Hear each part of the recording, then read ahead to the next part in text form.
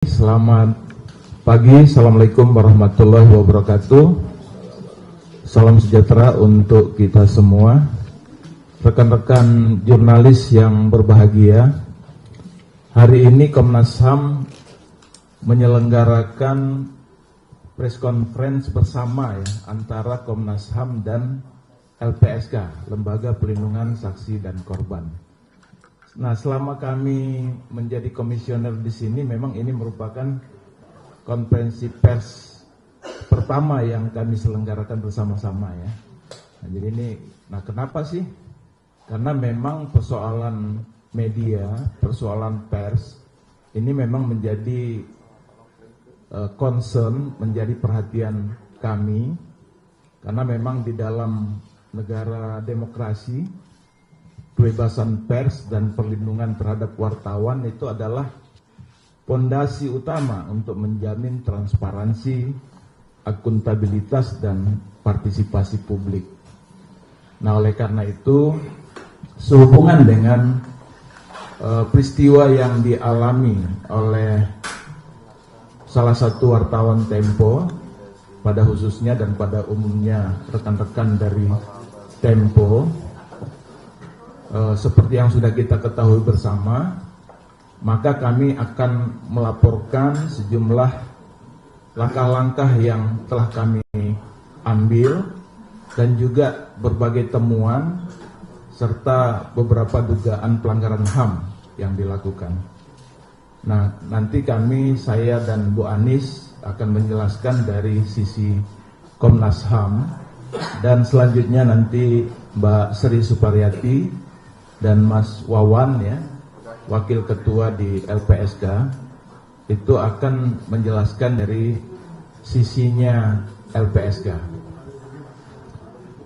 Dan saya kira rekan-rekan sudah dapat keterangan persnya? Belum ya? Belum ya, nanti setelah acara akan dibagi.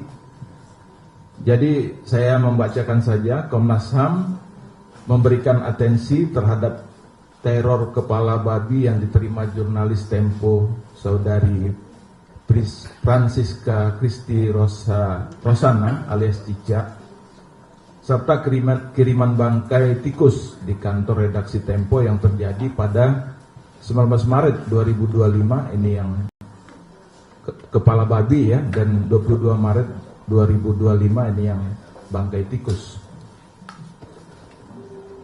Dan menindaklanjuti hal tersebut dan sebagai implementasi dari pelaksanaan tugas dan fungsi pemantauan yang diatur dalam pasal 89 ayat 3 Undang-Undang Nomor 39 Tahun 99 tentang hak asasi manusia, Komnas HAM telah melakukan berbagai langkah, antara lain: yang pertama, pada hari Senin kemarin kami menerima audiensi dari Komite Keselamatan Jurnalis Indonesia dan redaksi Tempo.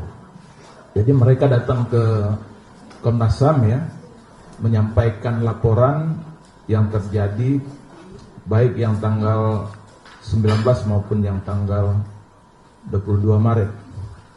Kemudian setelah itu kami melakukan permintaan keterangan dan peninjauan lokasi kejadian di kantor redaksi Tempo secara singkat ya,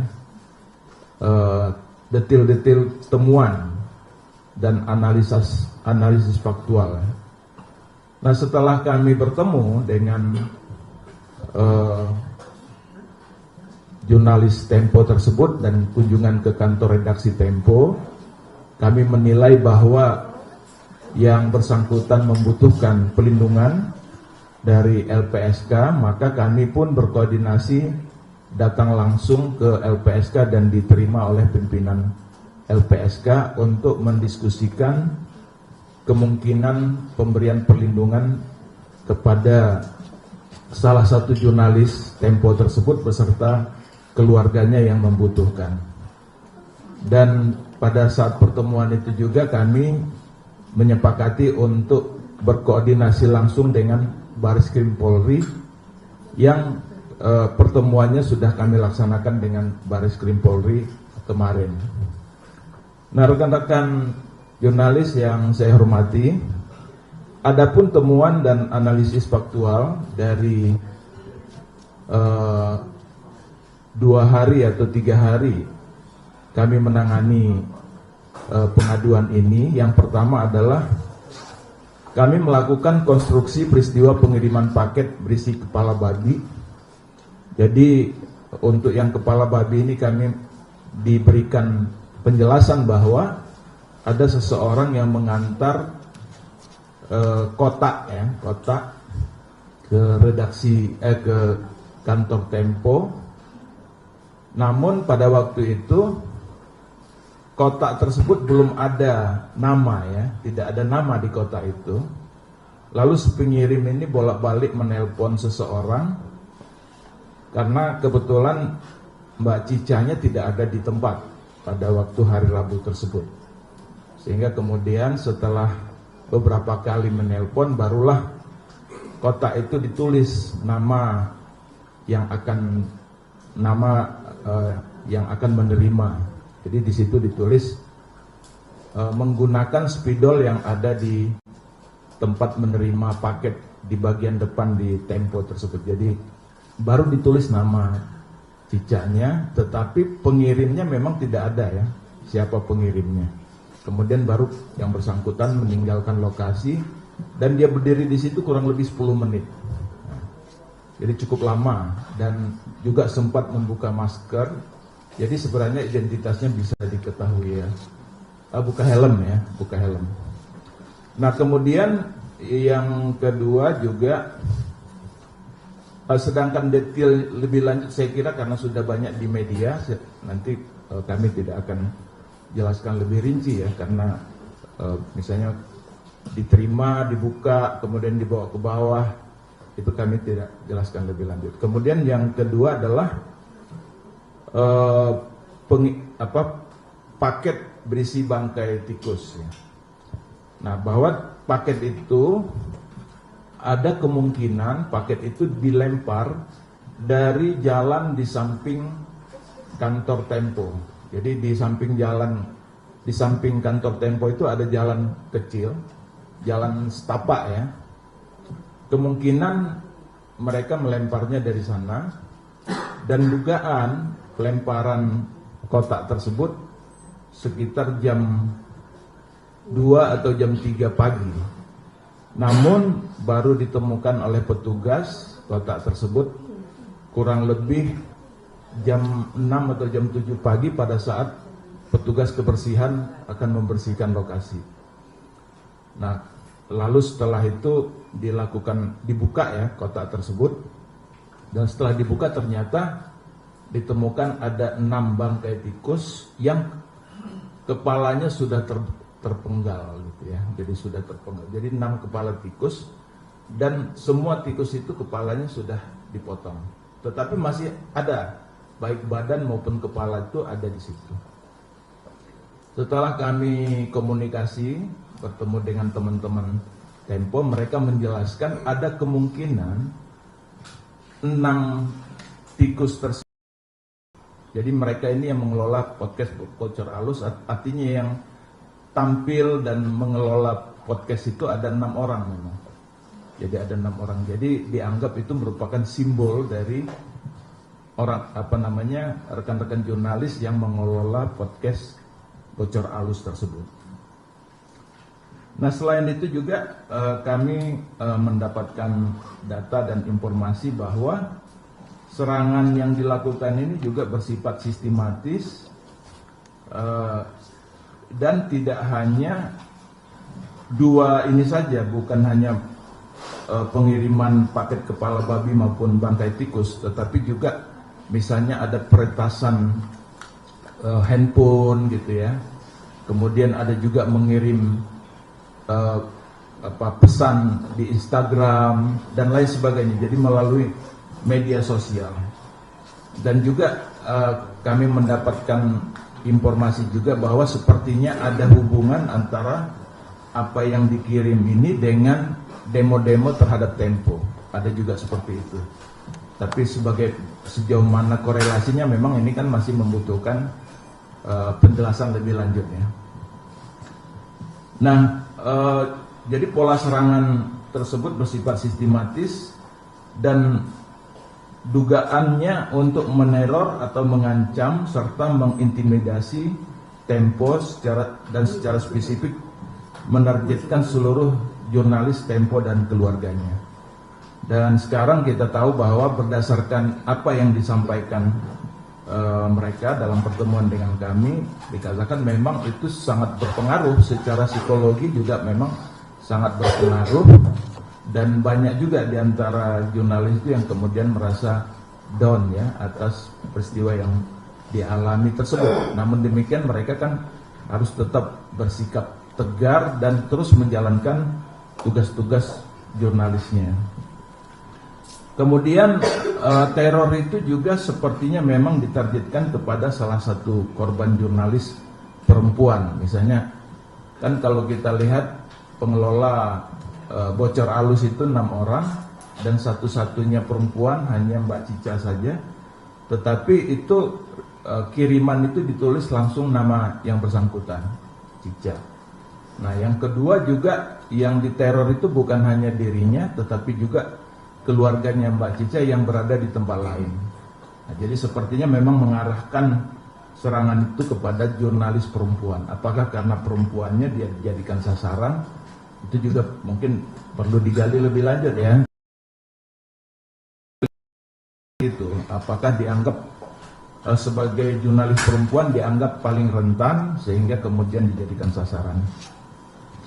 Kemudian adanya teror berupa tindakan peretasan terhadap akun media sosial milik keluarga jurnalis maupun menghabisi. Jadi memang itu kalau dikaitkan dengan apa yang dikirim dan dengan apa yang ditemukan dalam tulisan itu sepertinya bukan memang sudah bentuk ancaman gitu ya. Kemudian teror tersebut diduga memiliki korelasi dengan produk oleh Tempo.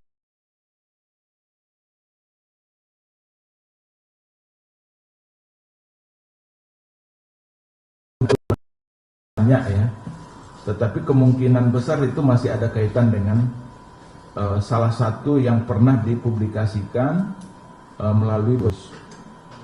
Kemudian temuan kami juga melihat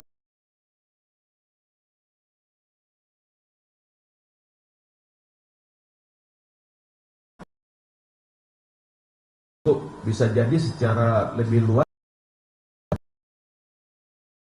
Jadi dengan adanya ketakutan itu tentunya kita khawatir kemudian wartawan sendiri tidak berani bicara apa adanya, tidak berani bicara dan kemudian mereka terhadap hal-hal yang sensitif akan memilih untuk self-censorship. Nah itu juga tentunya kita sesalkan kalau sampai hal itu terjadi. Dan juga dari pertemuan kita dengan Pak Kabar Eskrim dijelaskan bahwa sudah memberikan instruksi kepada Pak Kabar Eskrim untuk menindaklanjuti kasus yang dialami oleh Tempo. Dan dari Bareskrim juga sudah melakukan langkah-langkah selanjutnya, misalnya sejumlah saksi terkait ya, baik saksi yang lain yang dianggap terkait dengan permasalahan ini. Nah, kami juga menyampaikan bahwa kasus yang dialami ini tidak hanya yang terjadi pada peristiwa 19 Maret maupun 22 Maret. Kami juga menyampaikan bahwa kepada Pak Kabar Eskrim bahwa ada lagi peristiwa sebelum itu terjadi, yaitu terkait dengan Hussein Abri ya, yang 2 kali kendaraannya dipecahkan kaca. Dan sampai sekarang, dan itu peristiwa itu terjadi kalau nggak salah bulan September.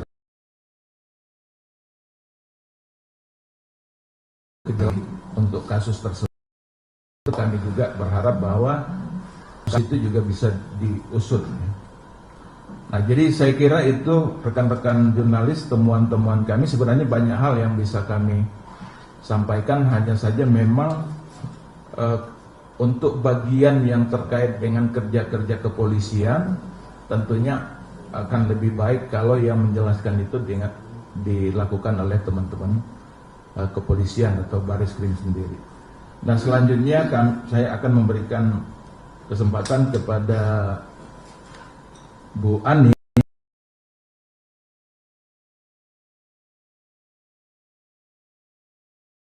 peristiwa tersebut. Mungkin rekomendasi dari Komnas HAM seperti apa?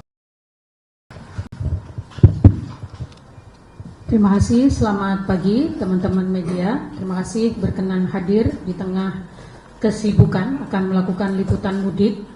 Tetapi peristiwa ini penting bagi teman-teman sebagai jurnalis gitu ya, karena kita berharap ini tidak terjadi di kemudian hari. Saya akan melanjutkan bahwa terkait dengan pemantauan yang sudah kami lakukan, ada 5 dugaan pelanggaran hak asasi manusia dalam kasus teror terhadap Tempo. Yang pertama adalah peristiwa teror dan intimidasi terhadap Tempo dapat dikategorisasi sebagai bagian dari pelanggaran hak asasi manusia, terutama yang pertama hak atas rasa aman, di mana setiap orang dilindungi secara fisik maupun psikis, baik atas perlindungan diri pribadi, keluarga, kehormatan, martabat, dan miliknya. Perlindungan dari segala bentuk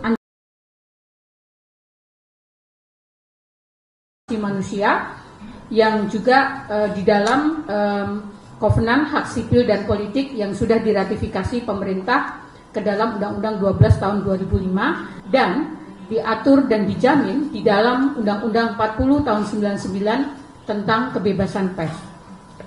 Yang ketiga, tindakan teror terhadap Tempo juga merupakan bagian dari serangan yang ditujukan terhadap human rights defender atau pembela HAM, karena jurnalis juga merupakan pembela HAM yang seharusnya diakui dan dilindungi oleh negara. Yang keempat adalah terkait dengan hak atas keadilan, di mana setiap orang juga berhak atas kepastian dan keadilan secara hukum. Untuk itu Komnas HAM apresiasi penegakan hukum yang sedang berlangsung, tetapi jika penegakan hukum dalam kasus ini tidak berjalan secara fair dan memberikan keputusan dan undang-undang HAM. Untuk itu Komnas HAM menjumlah rekomendasi, terutama 4 rekomendasi. Yang pertama adalah mendorong pihak kepolisian agar dapat secara cepat, tepat, transparan, dan akuntabel menuntaskan proses penyelidikan dan penyidikan kepada korban dan keluarga. Yang kedua, mendorong lembaga perlindungan saksi dan korban untuk memberikan perlindungan terhadap korban dan saksi-saksi yang berkaitan dengan peristiwa teror tersebut. Yang ketiga, mendorong adanya pemulihan bagi korban dan keluarga korban, baik secara fisik dan psikis. Dan yang terakhir, pemerintah menghormati dan menjamin kebebasan pers sebagai salah satu esensi dari hak atas kebebasan berpendapat dan berekspresi, dan sekaligus sebagai pilar keempat demokrasi agar peristiwa serupa tidak berulang di kemudian hari. Pak Dawai juga akan menambahkan sedikit. Silakan Pak Dawai. Ya, saya sedikit menambahkan bahwa kami juga berharap dari masyarakat ya untuk memberikan dukungan kepada rekan-rekan jurnalistik dan mencegah agar jangan sampai peristiwa kekerasan ini terulang kembali gitu. Karena kalau kita tidak lakukan ini secara bersama-sama, bisa jadi peristiwa terulang. Kemudian yang kedua, saya ingin menambahkan bahwa kenapa kami dalam rekomendasi ini masih mendorong pihak kepolisian agar secara cepat dan tepat, transparan tadi melakukan penuntasan ya dalam kasus ini, karena ini juga kami sampaikan dalam pertemuan dengan Pak Kabariskrim kemarin bahwa ini sudah 1 mingguan ya, hampir 1 minggu, tapi belum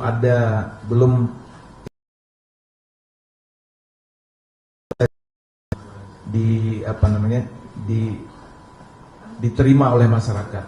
Nah, sementara di sisi lain Pak Kapolri sendiri mengatakan bahwa telah memerintahkan Pak Kabareskrim.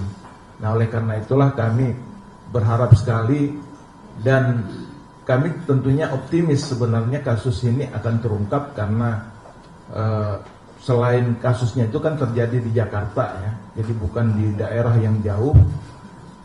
Seharusnya data-data itu tidak terlalu sulit untuk diperoleh. Yang kedua, Pak Kapolri sendiri sudah memberikan perhatian dan Pak Kabareskrim juga sudah menyampaikan komitmennya juga untuk bisa menuntaskan.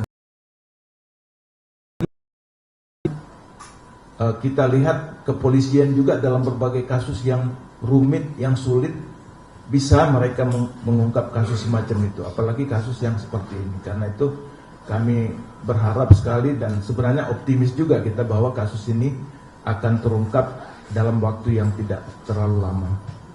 Mungkin itu ya yang bisa kami sampaikan dari Komnas HAM. Dan rekan-rekan jurnalis, seperti kita ketahui bahwa sekarang ini sebenarnya kan kondisinya sudah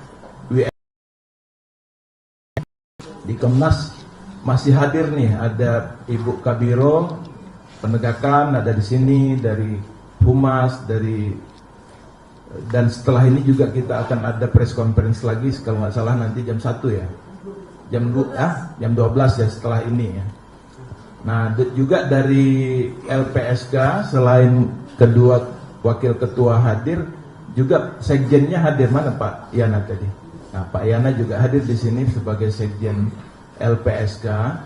Ini menunjukkan bahwa meskipun sudah menjelang Lebaran, nah kita tetap melaksanakan tugas kita sebagaimana kewajiban yang harus kita lakukan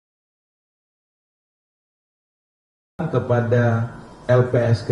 Dalam hal ini diwakili oleh dua wakil ketua, yang pertama Ibu Sri Suparyati, yang kedua Pak Wawan. Waktu dan tempat kami persilahkan. Ya, terima kasih Pak Dawai.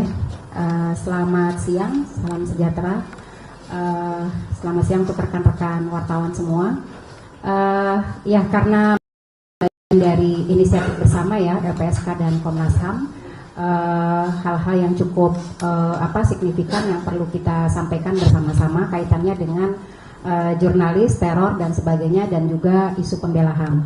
Ya, saya mewakili LPSK menyampaikan terkait dengan kemarin kebetulan kami juga sudah menerima permohonan yang dari KKJ ya, komunitas jurnalis keselamatan jurnalis yang hadir di LPSK, yang terutama adalah pertama LPSK ingin menyampaikan keprihatinan yang cukup dalam ya kaitannya dengan adanya teror yang sepertinya terornya juga sudah cukup intens gitu ya, dari mulai Agustus, September, lalu kemudian yang belakangan ini juga sudah terjadi itu dengan adanya pengiriman bangkai babi dan juga tikus, dan kemudian dilanjutkan juga dengan beberapa ancaman yang lain.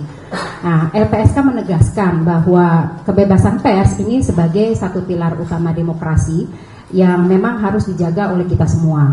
Karena itu segala bentuk intimidasi dan kekerasan terhadap jurnalis tidak boleh dibiarkan. Kantor redaksi memang kantor redaksi Tempo itu memang menerima kiriman paket bangkai babi dan juga bangkai tikus itu memang di Sabtu ya, sekitar Sabtu 22, 19 Maret dan juga 22 Maret. Nah, LPSK melihat memang ini satu bentuk real nyata sebagai ancaman kebebasan pers dan menekankan pentingnya mekanisme perlindungan kepada jurnalis. Kasus teror semacam ini LPSK memang sudah seringkali mendapatkan permohonan perlindungan, dan kami memang mencatat teror semacam ini bisa menyasar tidak hanya kepada para jurnalis tetapi juga pada keluarganya.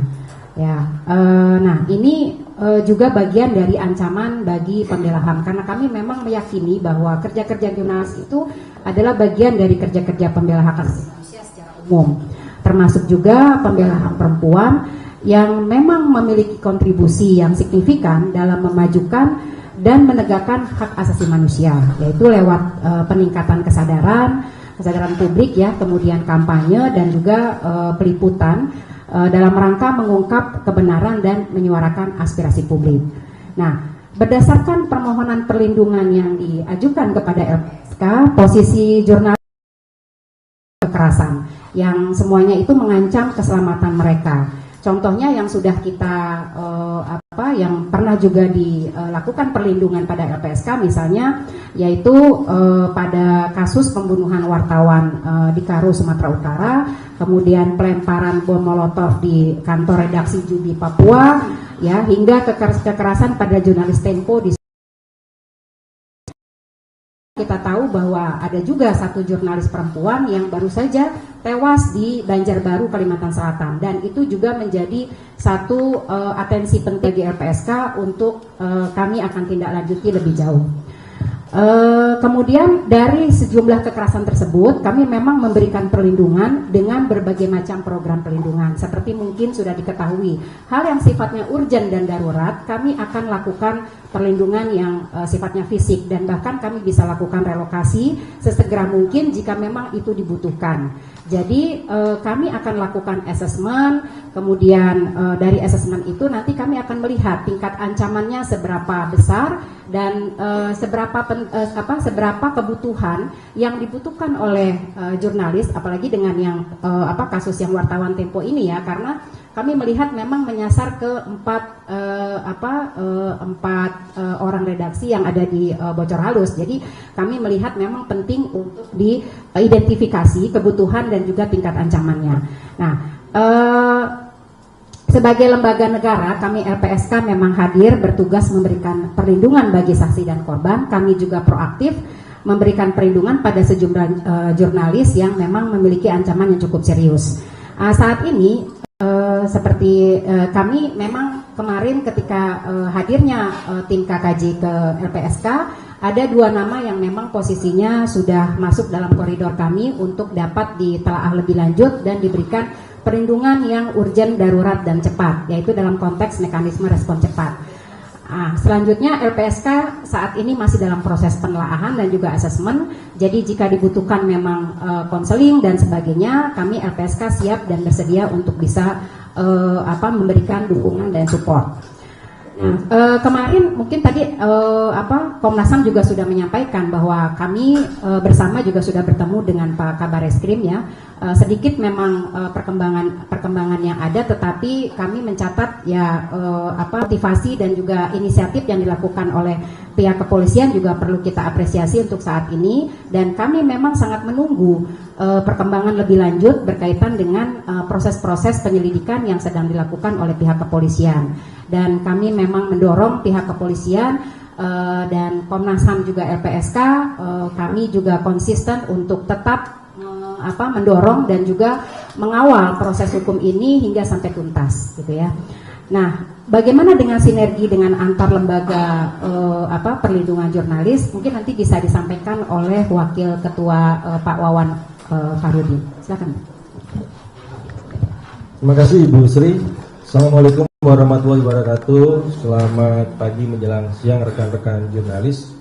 Kami menyambut sangat baik sinergi yang dilakukan oleh Komnas HAM dan LPSK. Jadi kami sampaikan ke rekan-rekan semuanya, dalam 3 hari terakhir ini kami bekerja berlari ya, Spartan gitu.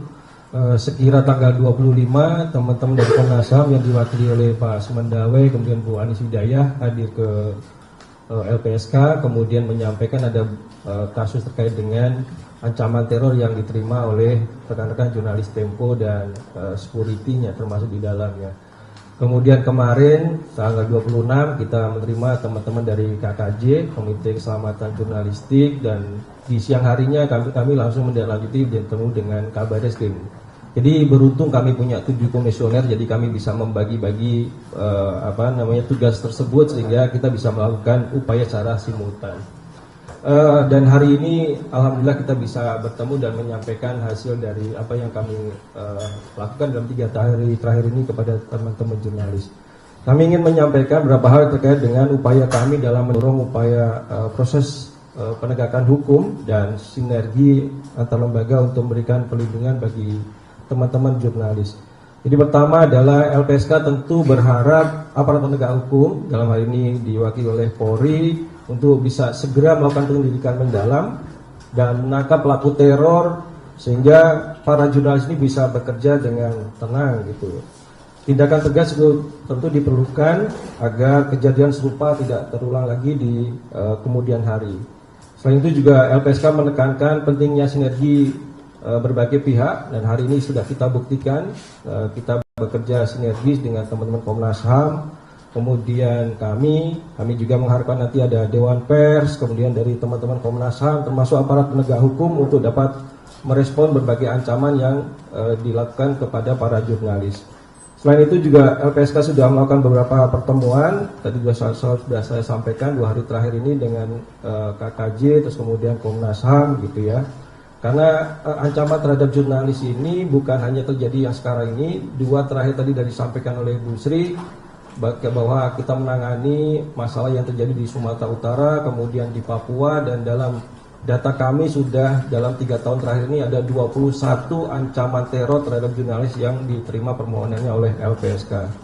Oleh karena itu kami juga mengharapkan kita sudah melakukan mekanisme respon cepat, kami punya mekanisme perlindungan darurat bagi para pembela HAM. Tadi juga disampaikan bahwa rekan-rekan jurnalis ini termasuk satu diantaranya adalah para pembela HAM yang telah dirancang bersama baik dengan teman-teman Komnas HAM maupun Komnas Perempuan, dan akan kita aktifkan kembali untuk merespon hal-hal yang mengantisipasi ke depan.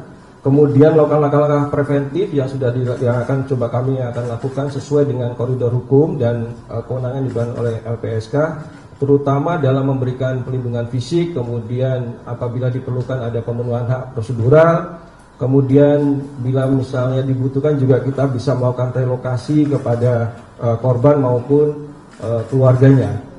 Selain itu juga kami akan mengupayakan ke depan perencanaan bersama-sama baik kementerian, lembaga maupun aparat penegak hukum untuk selalu mengupayakan dalam memberikan perlindungan ini, termasuk bagi para pembela HAM di dalamnya, termasuk rekan-rekan jurnalis, untuk dapat memberikan perlindungan hukum sehingga mencegah kriminalisasi termasuk pengawasan di dalamnya, baik itu ancaman khususnya bagi jurnalis perempuan. Karena untuk membangun mekanisme perlindungan baik secara langsung maupun yang berbasis gender, baik melalui peretasan maupun upaya-upaya dalam bentuk stigmatisasi. Dan yang terakhir, LPSK juga mengajak seluruh pihak, baik itu lembaga negara, komunitas jurnalis maupun masyarakat luas untuk selalu bersama-sama menjaga kebebasan pers, termasuk juga kami mengapresiasi pengawasan pelindungan fisik yang sudah dilakukan berbasis komunitas. Kami mengapresiasi yang dilakukan teman-teman Tempo dan KKJ juga, termasuk pelindungan ini menjadi tanggung jawab bersama-sama sebagai upaya kita menjaga demokrasi yang sehat dan transparan. Mungkin itu dari saya, nanti kita kembalikan untuk tanya jawab ke depan. Assalamualaikum warahmatullahi wabarakatuh. Selamat pagi dan salam sejahtera. Baik, terima kasih Mas Pak Wawan ya, Pak Wawan Fahrudin, Wakil Ketua, dan juga Ibu Sri Suparyati, Wakil Ketua LPSK. Nah, rekan-rekan, kita masih ada waktu beberapa saat. Mungkin ada perlu didalami lebih lanjut atau ada yang ingin ditanyakan, mungkin ada juga penjelasan kami yang terlewatkan. Jadi kami persilakan saja kepada rekan-rekan, baik nanti disampaikan aja, ditujukan ke Komnas atau ditujukan ke LPSK. Silakan. Sebutkan nama ya.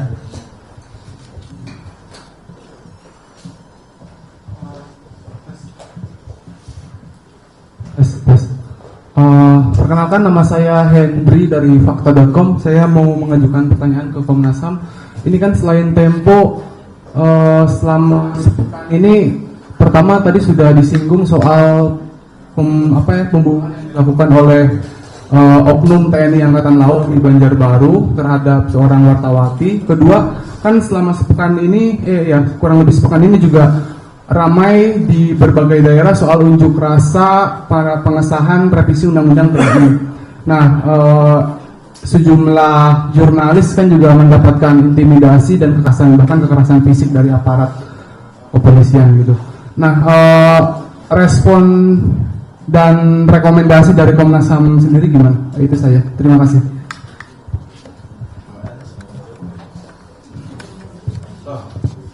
Dikumpulin dulu katanya. Silakan yang lain.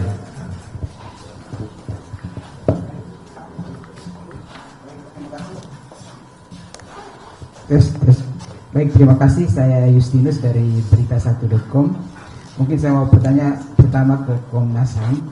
Ketika pertemuan dengan Pak Baris-Krim, kira-kira mereka memberi tenggat waktu enggak untuk penyelesaian penyelidikan dan penyidikan terhadap kasus ini? Apakah mereka itu memberikan tenggat waktu kira-kira untuk penyelesaian kasus ini, kira-kira sampai kapan, dan juga atau mungkin mereka mengungkapkan ada kendala-kendala tertentu sehingga dalam waktu 1 pekan ini belum bisa terungkap di tahapan penyelidikan terkait dengan kasus ini. Karena memang kalau lihat tadi kan dijelaskan itu dalam waktu 10 menit dia berada di kantor Tempo dan dia juga sempat membuka helm. Itu kan sebenarnya kalau pakai teknologi wajah mungkin kemungkinan bisa dideteksi dengan cepat. Itu untuk Komnas HAM. Sementara untuk LPSK mungkin pertanyaannya, kira-kira langkah konkret yang sudah diberikan kepada teman-teman dari Tempo itu sejauh ini kira-kira apa? Apakah memang masih dalam tahap asesmen atau sudah ada langkah konkret yang diberikan oleh oleh LPSK? Atau ada kendala-kendala tertentu mungkin ada kaitan misalnya LPSK sudah mengurangi karena mungkin ada efisiensi.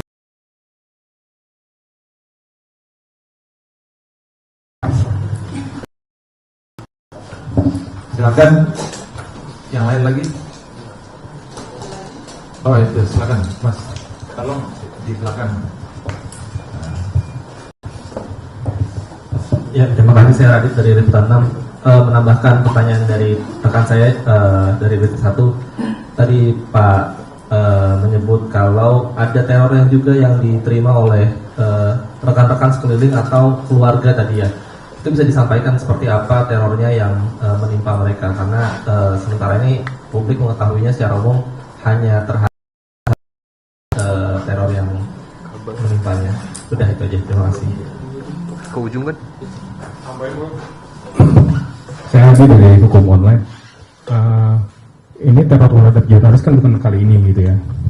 Dan sayangnya penuntasannya nggak ngelihat penuntasan ya apa sih, kayaknya lewat gitu aja.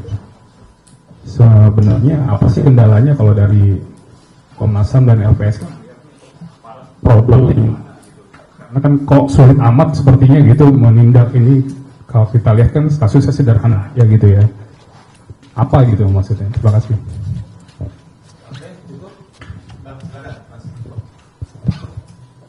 Baik, izin saya Noval dari Tirto.id. Pertanyaan pertama untuk LPSK terlebih dahulu, kan sempat mediasi dengan korban gitu ya. Sebenarnya seperti apa sih, boleh diceritakan mungkin kondisi korban sendiri itu seperti apa gitu? Karena kan kalau misalkan statement dari Kepala Kantor Komunikasi Kepresidenan itu kan bilang sebenarnya korban tuh baik-baik saja gitu. Dia juga merasa ngejokes aja gitu dengan teror ini. Tapi sebenarnya kondisi real dari korban itu seperti apa gitu?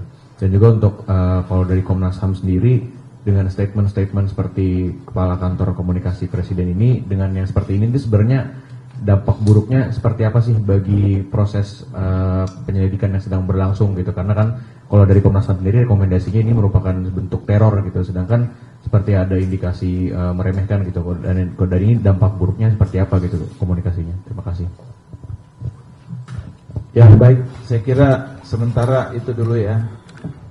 Untuk yang bagian Komnas yang ditanyakan yang terkait dengan Komnas, nanti saya dengan Bu Anies akan saling merespon ya. Nanti kalau saya sampaikan mungkin ada kurang, nanti ditambahkan oleh Mbak Anies. Sedangkan untuk yang teman-teman LPSK nanti akan direspon Mbak Sri atau Pak Wawan ya.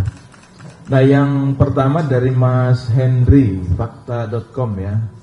Jadi terkait dengan ada kasus pembunuhan jurnalis, kemudian ada revisi TNI kemarin beberapa jurnalis dapat kekerasan, itu memang saat ini sudah menjadi perhatian kita juga. Tapi memang dari kasus-kasus ini kan yang langsung menyampaikan pengaduan itu kan yang Tempo.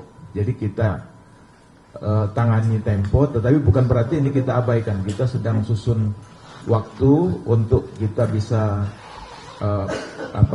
mendapatkan info lebih lanjut, karena kami kan tidak bisa langsung memberikan respon tanpa cross check data-data supaya data yang kita miliki itu lebih akurat, dan ketika kita sampaikan itu memang basisnya data, bukan hanya asumsi gitu ya. Tapi kami tentunya sama memberikan perhatian dan juga menyesalkan ya kekerasan-kekerasan yang terus terjadi, terus berulang kepada para jurnalis ini. Tetapi kalau yang di Sumatera Utara, yang di Medan, itu Komnas sudah turun ke sana beberapa waktu lalu yang terkait dengan, kalau nggak salah, perjudian juga ya. Ya kan? Nah, itu juga Komnas HAM juga turun di sana, dan kita ikut mendorong serta memantau proses penegakan hukumnya. Kira-kira gitu ya Mas Henry ya. Kemudian yang dari Mas Justinus ya, berita 1 terkait tenggat waktu. Memang kemarin itu kan kita sampaikan kita tanyakan juga kepada Pak Bareskrim ya, kira-kira berapa lama nih kasus ini bisa terungkap. Beliau mengatakan memang belum bisa menentukan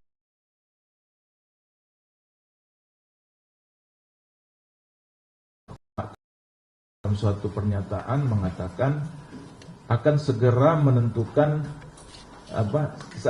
satu tersangka, katanya kan. Terus Pak Kabar Eskrim mengatakan bahwa gimana mau menentukan tersangka, orang sekarang masih proses penyelidikan. Nah, gitu. Tapi kita tentunya sangat berharap bahwa kasus ini bisa diproses dengan cepat, dan kami sekali lagi apresiasi ya dari apa yang disampaikan kemarin, sudah terlihat sejumlah progres yang dilakukan, meskipun masih tahap penyelidikan, tetapi ada sejumlah pihak yang sudah mereka periksa. Nah, kita tentunya ya sekali lagi kita mendorong untuk kasus ini bisa diungkap.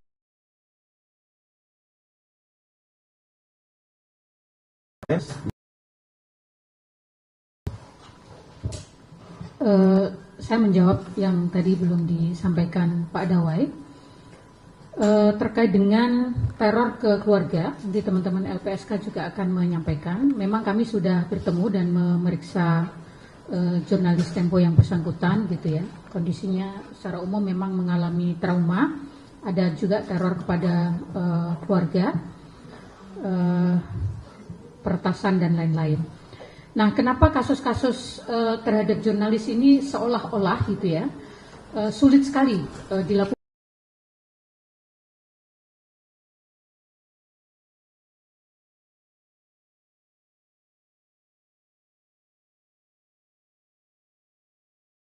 Teror, intimidasi, kekerasan terhadap jurnalis.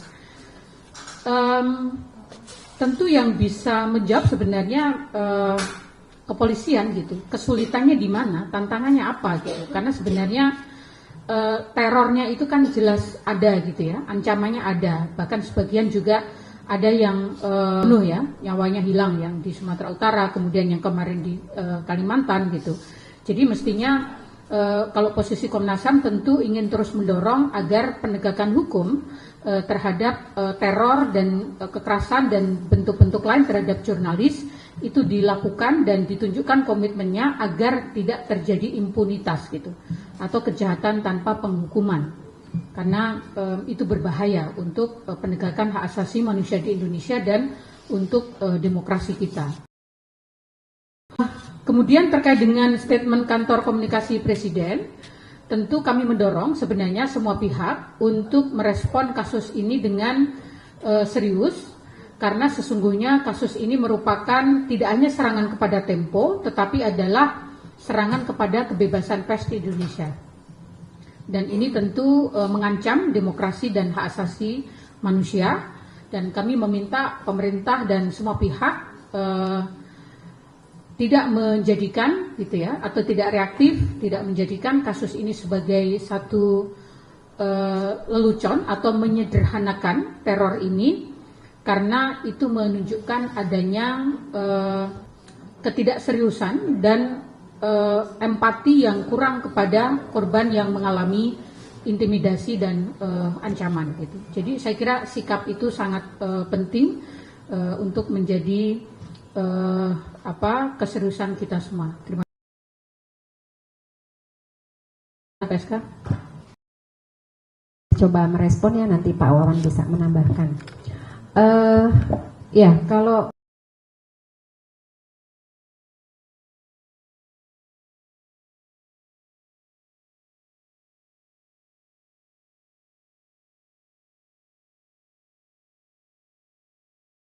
yang sudah diatur untuk perlindungan saksi dan korban. Lalu kaitannya juga dengan posisi LPSK gitu ya dalam memberikan perlindungan. Memang setelah kemarin KKJ itu datang ke LPSK, itu memang ada 2 korban yang memang cukup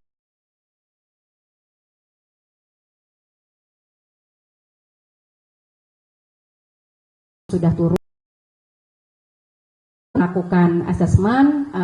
Hal perlindungan yang paling penting dilakukan adalah karena kami paham bahwa kerja-kerja jurnalis kadang-kadang memang mereka memang sudah paham dengan resiko daripada pekerjaan tersebut gitu ya, sehingga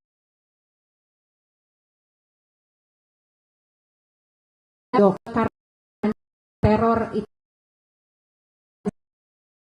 daripada korban tersebut. Untuk itulah makanya kami LPSK secepatnya melakukan untuk bisa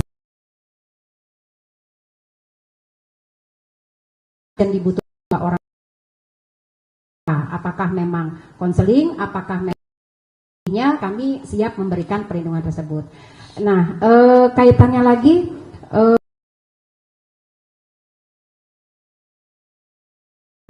seperti di wartawan Karo ya, dalam konteks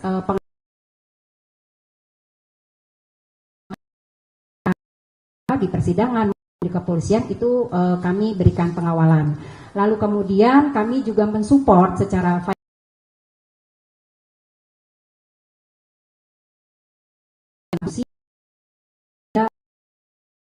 mungkin sudah yang sudah diatur di LPSK itu juga bisa sebagai informasi untuk beberapa jurnalis yang lain yang memang membutuhkan. Dan kami memang mengundang kepada saksi-saksi siapapun yang memang mengetahui adanya teror atau ancaman dalam konteks kekerasan terhadap jurnalis, kami mendorong supaya tidak perlu ada rasa takut karena bagaimanapun negara hadir yaitu lewat kami LPSK dan Komnas HAM. Mungkin begitu.